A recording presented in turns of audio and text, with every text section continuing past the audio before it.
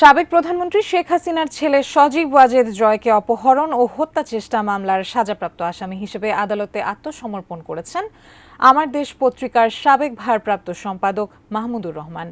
এ মামলায় ৭ বছরের কারাদণ্ডপ্রাপ্ত আসামি তিনি।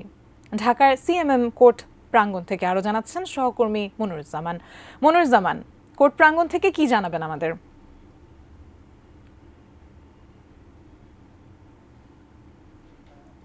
আজকে কিন্তু পূর্ব নির্ধারিত একটি আত্মসমর্পণের যে ঘটনা সেটি ছিল আজকে ঢাকার মুখ্য মহানগর হাকিম আদালতে আত্মসমর্পণ করেছেন আমার দেশ পত্রিকার ভারপ্রাপ্ত সম্পাদক মাহমুদুর রহমান, যিনি সাবেক প্রধানমন্ত্রী শেখ হাসিনা পুত্র সজীব ওয়াজেদ জয়কে অপহরণ এবং হত্যা চেষ্টার মামলায় ৭ বছরের সাজাপ্রাপ্ত ছিলেন। দুইটি ধারায় তাকে ৭ বছরের সাজা দেওয়া হয়। একটি হত্যা চেষ্টা মামলায়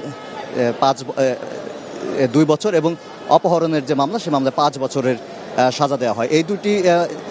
এই দুটি সাজার ঘটনায় মাহমুদুর রহমান যেহেতু দীর্ঘদিন প্রবাসে ছিলেন, তিনি পলাতক থাকা অবস্থায় এই মামলার রায় হয় এবং দীর্ঘদিন প্রবাসে থাকার পর গত শুক্রবার তিনি বাংলাদেশে আসেন এবং সে সময় তিনি জানিয়েছিলেন বিমানবন্দরে যে তিনি আইনিভাবেই সব কিছু মোকাবেলা করবেন এবং তিনি মানসিকভাবে শক্ত আছেন এটি জানিয়েছিলেন। এবং গতকালকে আমাদেরকে জানানো হয়েছিল আজকে সকাল 11টার দিকে তিনি আদালতে আত্মসমর্পণ করবেন। সেই অনুযায়ী পৌনে 11টার দিকে ঢাকার মুখ্য মহানগর হাকিমের আদালতে অর্থাৎ অতিরিক্ত মুখ্য মহানগর হাকিমের আদালতে তিনি আত্মসমর্পণ করেন এবং সেখানে আত্মসমর্পণ করে জামিন আবেদন করেছেন। সেইটি নিয়েই শুনানি চলছে।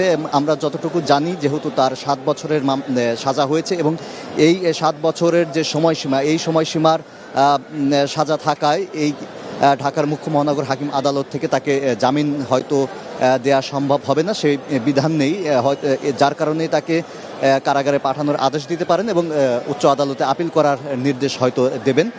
যতটুকু আমাদেরকে আইনজীবী জানিয়েছিলেন, মাহমুদুর রহমানের আইনজীবী কিছুক্ষণ আগে এটি আমাদেরকে জানিয়েছিলেন।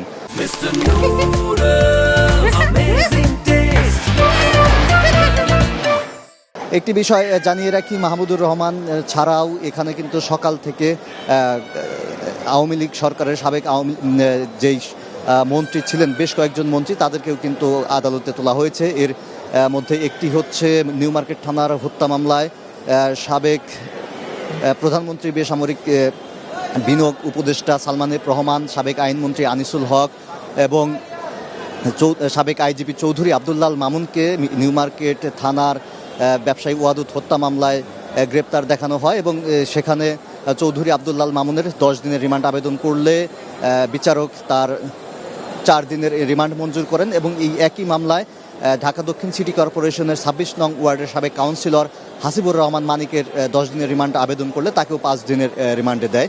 এবং আরও একটি মামলায় মিরপুর থানার একটি হত্যা মামলায় সাবেক মন্ত্রী আসাদুজ্জামান নূর তাকে গ্রেপ্তার দেখানো হয়েছে। এবং এখন যে বিষয়টি নিয়ে এই আদালত পাড়ায় সবচেয়ে বেশি আলোচনা চলছে সেটি হচ্ছে আমার দেশ পত্রিকার ভারপ্রাপ্ত সম্পাদক মাহমুদুর রহমান, যিনি আত্মসমর্পণ করেছেন, তার যে কি আদালত কি রায় দেন, যদিও এটি আইনের ধারায় সেটি আগেই ব্যাখ্যা করে দেওয়া হয়েছে যে এই আইনেই ভাবে মোকাবেলা করলে তাকে আজকে জামিন দেওয়া সম্ভব হবে এবং তাকে কারাগারে পাঠানোর আদেশ দেওয়া হবে। পরবর্তীতে হয়তো মহানগর দায়রা জজ আদালতে কিংবা উচ্চ আদালতে এই সাজার বিরুদ্ধে আপিল করা হবে এবং সেই আপিলের পরেই সিদ্ধান্ত জানা যাবে তিনি জামিন পাবেন কিনা কিংবা কারাগারেই তাকে থাকতে হবে কিনা। তো এই সব বিষয় নিয়ে আদালত পাড়ায় কিন্তু সাধারণ মানুষ থেকে শুরু করে আইনজীবী যারা আছেন তাদের সবার ভেতরে একটি কৌতূহল কাজ করছে, যেহেতু এই বিষয়টি নিয়ে এখন শুনানি চলছে এবং শুনানি শেষে হয়তো পরবর্তী সংবাদে আরও বিস্তারিত আমরা জানাতে পারবো যে মাহমুদুর রহমানকে কি কারাগারে পাঠানো হয়েছে নাকি তার জামিন দেওয়া হয়েছে। তো এই ছিল আমার কাছে মাহমুদুর রহমান সহ অন্যান্য সাবেক মন্ত্রীদের যেই রিমান্ড এবং গ্রেপ্তার দেখানোর সর্বশেষ পরিস্থিতির খবর।